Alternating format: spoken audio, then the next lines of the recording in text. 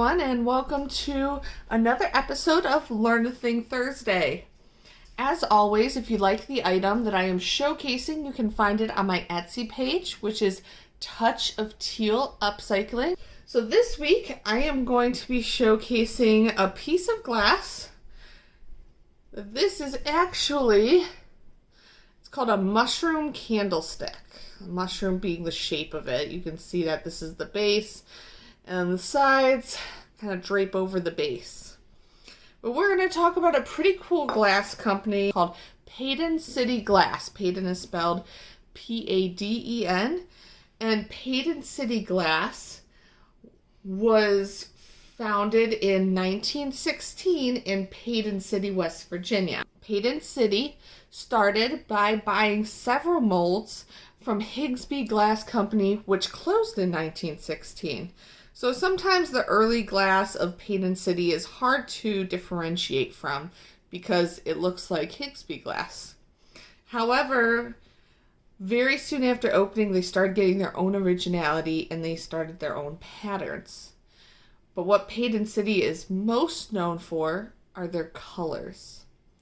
Paden City made a lot of colored glass, and the thing that stood out is that it is uniform. The color is uniform throughout and is typically a very rich color. One of the most popular colors was ruby, but they had many colors, including ebony, opal, mulberry, yellow, dark green, crystal, red, amber, blue, rose, and green. And they had multiple shades of each of these colors. Paden City also did several different patterns. Most of Paden City's patterns includes birds. So you can see this is it's called a Nora bird pattern. And these is their wild rose pattern. Now these are actually etched into the glass. Your finger across, you can actually feel it etched into the glass. And this is made by forming the glass into, it's called deep etched molds. Very similar to other depression glass in this same era. The glass was pressed into molds in order to form it and make it. This pattern I showed you is just one of 14 that we know of, and Paden City didn't really keep good records of all of the different glass patterns they had, and they had lots of small batches of different colors with patterns.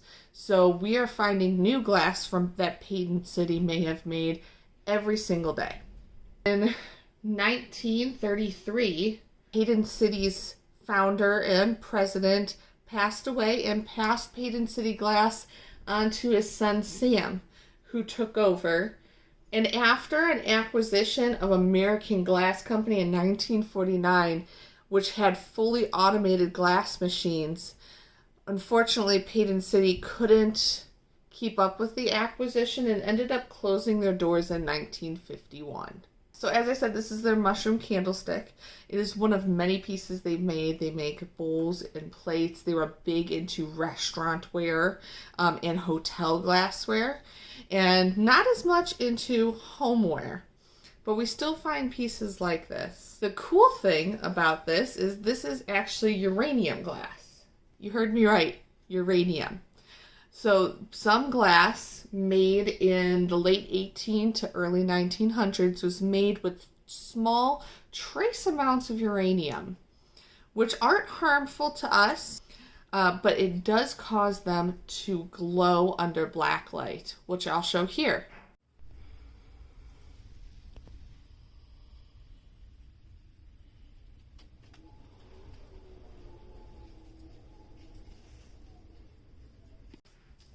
I believe this piece to be from early 1930s based on my research, and it is